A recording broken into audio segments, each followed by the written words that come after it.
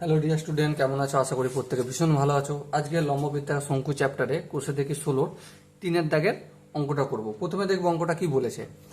আমিনা একটি সমকোণী ত্রিভুজ অঙ্কন করেছে যার সমকোণ সংলগ্ন বাহু দুটির দৈর্ঘ্য 15 সেমি ও 20 সেমি। বেশ, 15 সেমি দীর্ঘ বাহুটির অক্ষ ধরে ত্রিভুজটি একবার পূর্ণ আবর্তন করলে যে ঘনবস্তু তৈরি হয় তার পার্শ্বতলের ক্ষেত্রফল এবং সমগ্র তলের ক্ষেত্রফল ও আয়তন নির্ণয় করো। দেখো অঙ্কটা কি বলেছে ভালো করে প্রথমে বুঝবে। আমি একটা সমকোণ তৈরি করেছে, বেশ করুক, কোনো অসুবিধা নেই। সমকোণ সমকোণী ত্রিভুজ তো অঙ্কন করেছে, তাই তো? সমকোণী ত্রিভুজ। চলো, এই হচ্ছে আমার সমকোণী ত্রিভুজ। বেশ, কোনো অসুবিধা নেই।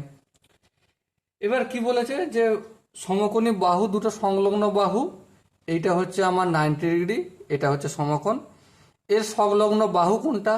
এই বাহুটা, আর হচ্ছে আমার এই বাহুটা, এই দুটো বাহু। বেশ, বোঝা গেল।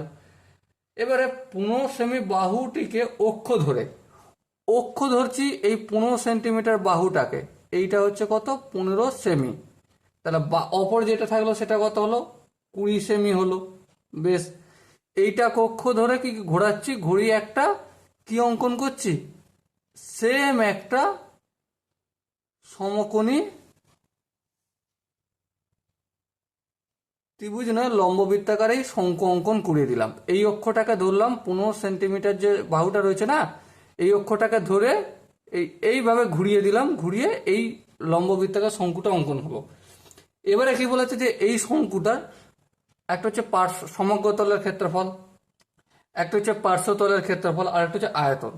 দেখো এখানে এইচ হচ্ছে 15, এইচ কত? 15 সেমি, সেটা আমরা দেখতে পাচ্ছি, কোশ্চেনে দিয়ে হচ্ছে তাই। এখানে আরটা দেখো কত? 20 সেমি, আর হচ্ছে 20 সেমি। এই যে এল তির্যক উচ্চতা, এটা আমরা জানি না, তাহলে তির্যক উচ্চতা নির্ণয় করে নেব। সমকোণী ত্রিভুজের সূত্র কি? অতিভুজের স্কোয়ার। অতিভুজের স্কোয়ার লিখে দিই, অতিভুজের, আচ্ছা অতি স্কোয়ার লিখলাম, প্লাস অতিভুজের স্কোয়ার ইকুয়াল টু লম্ব স্কোয়ার প্লাস ভূমি স্কোয়ার। এখানে অতি বলতে কি? এলটা, তাহলে এল এর স্কোয়ার ইকুয়াল টু লম্ব বলতে কি? এই হাইটটা, হাইট বলতে কত? 15, তাহলে 15 স্কোয়ার প্লাস ভূমি স্কোয়ার বলতে কি? এই এই এই যে আরটা, আর কত? 20, তাহলে এই 20 তার হোল স্কোয়ার। 15কে 15 দিয়ে গুণ করলে কত হবে? 225, আর 20কে 20 দিয়ে গুণ করলে কত হবে? 400। বেশ, এবারে 400 আর 225 যোগ করলে কত হবে? 625। এটা এল স্কোয়ার। তাহলে এল সমান কত?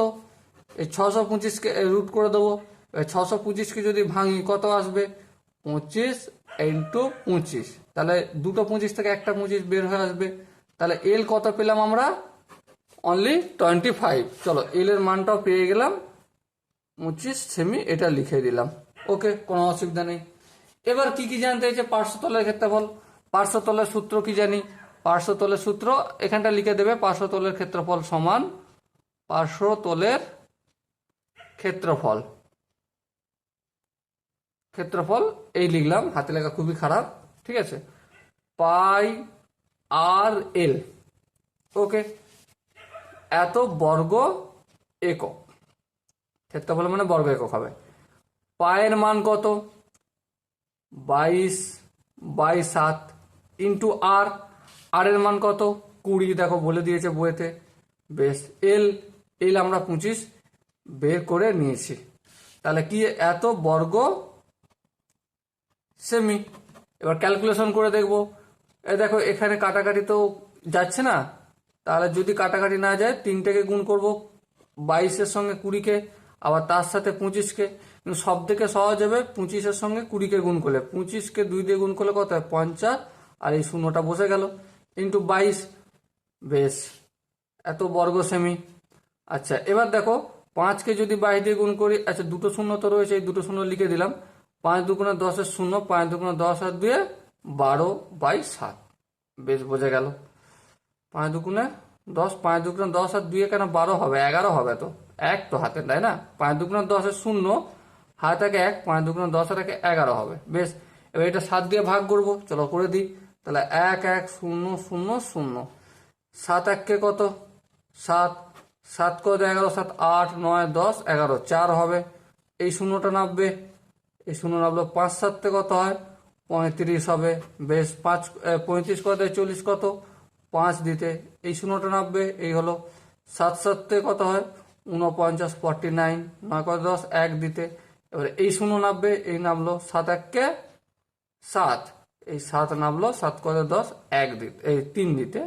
তাহলে এটা আমি পূর্ণ করে রেখে দিই, তাহলে এত বাই 7। তাহলে 1571 পূর্ণ 3-7 কি? এটা আয়তন, যে ঘর বর্গ সেমি। বর্গ কেন? এটা হচ্ছে ক্ষেত্রফল নির্ণয় করা হলো।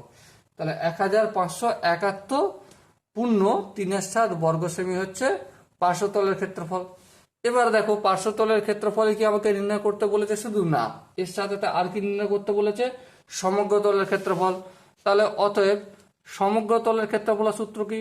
পাই আর ইন্টু আর প্লাস এল বর্গ একক। বেশ, বোঝা গেল।